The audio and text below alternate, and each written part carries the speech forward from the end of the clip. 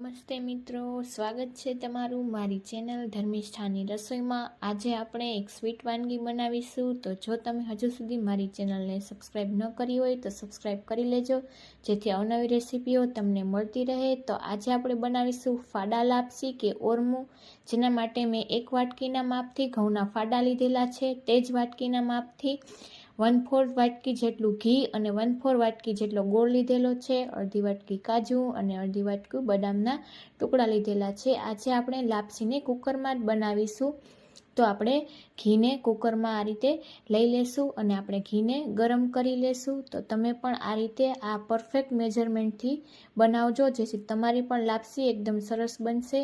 તો આપણું ઘી ગરમ થઈ જાય ત્યારબાદ આપણે કાજુના ટુકડા અને બદામના ટુકડા ઉમેરી દઈશું અને તેને ઘીમાં આપણે શેકી લેશું। તો આ રીતે કાજુ બદામના ટુકડા શેકીને લેવાથી લાપસીમાં તેનો ખૂબ જ સારો સ્વાદ આવે છે।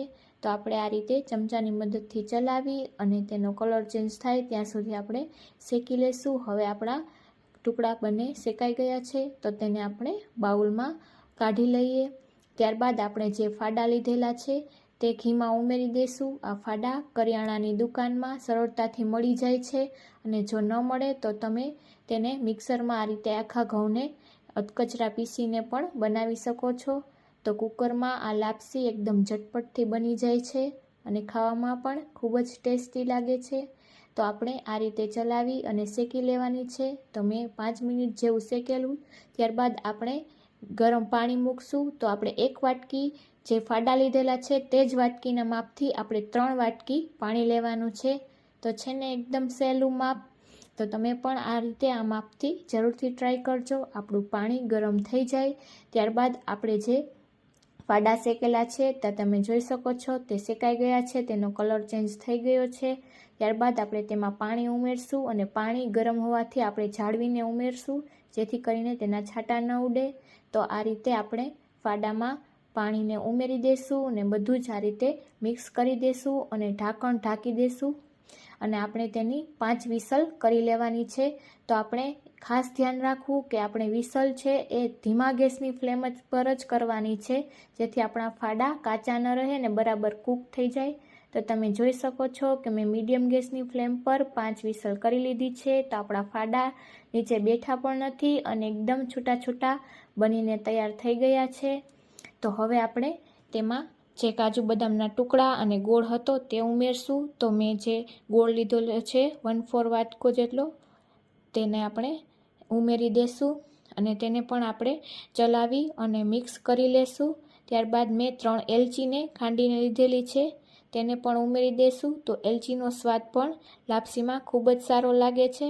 તો આ રીતે ગોળ અને એલચીને આપણે ચલાવી અને મિક્સ કરી લેશું। તો ગોળનું પણ પાણી થશે, તો તેને પણ આ રીતે મિક્સ કરી ચલાવી અને પાણીને આપણે બાળી લેવાનું છે। તો આ રીતે મેં 5 મિનિટ જેવું મિક્સ કરી અને પાણીને પણ આપણે બાળી લીધું છે। ત્યારબાદ આપણે જે કાજુ બદામના ટુકડા સાતળેલા હતા તેને આપણે ઉમેરી દઈશું અને તેને પણ બરાબર મિક્સ કરી દઈશું। તો તમે જોઈ શકો છો કે એકદમ ઝટપટ આપણી લાપસી બનીને તૈયાર થઈ જાય છે કુકરમાં। તો આ લાપસી બાળકો માટે પણ ખૂબ જ હેલ્ધી છે। તો તમે પણ આ રીતે લાપસી જરૂરથી ટ્રાય કરજો। તો તમે આ રીતે મેજરમેન્ટથી લાપસી બનાવશો તો તમારી લાપસી પણ પહેલી જ વારમાં એકદમ પરફેક્ટ બનીને તૈયાર થશે। તો આપણે લાપસીને સર્વિંગ પ્લેટમાં લઈ લેશું। તો તમે જોઈ શકો છો કે જોતાં જ ખાવાનું મન થઈ જાય એવી એકદમ ટેસ્ટી આપણી લાપસી અને એકદમ છૂટી છૂટી બનીને તૈયાર થઈ છે। તો તમને મારી આ રેસીપી કેવી લાગી તે કોમેન્ટમાં જરૂરથી જણાવજો। તો હવે આપણે ઉપરથી કાજુ બદામ પિસ્તાની કતરણ ઉમેરી અને ગાર્નિશ કરી લેશું અને ત્યારબાદ થોડી ઉપરથી બદામ ઉમેરી દઈશું। તો તમે જોઈ શકો છો આપણી લાપસી એકદમ ઝટપટ બનીને તૈયાર છે। તો જો તમે હજુ સુધી મારી ચેનલને સબસ્ક્રાઈબ ન કરી હોય તો સબસ્ક્રાઈબ કરી લેજો, જેથી અવનવી રેસીપીઓ તમને મળતી રહે અને મારા વિડીયો ગમતા હોય તો લાઈક કરજો, શેર કરજો। Thank you for watching.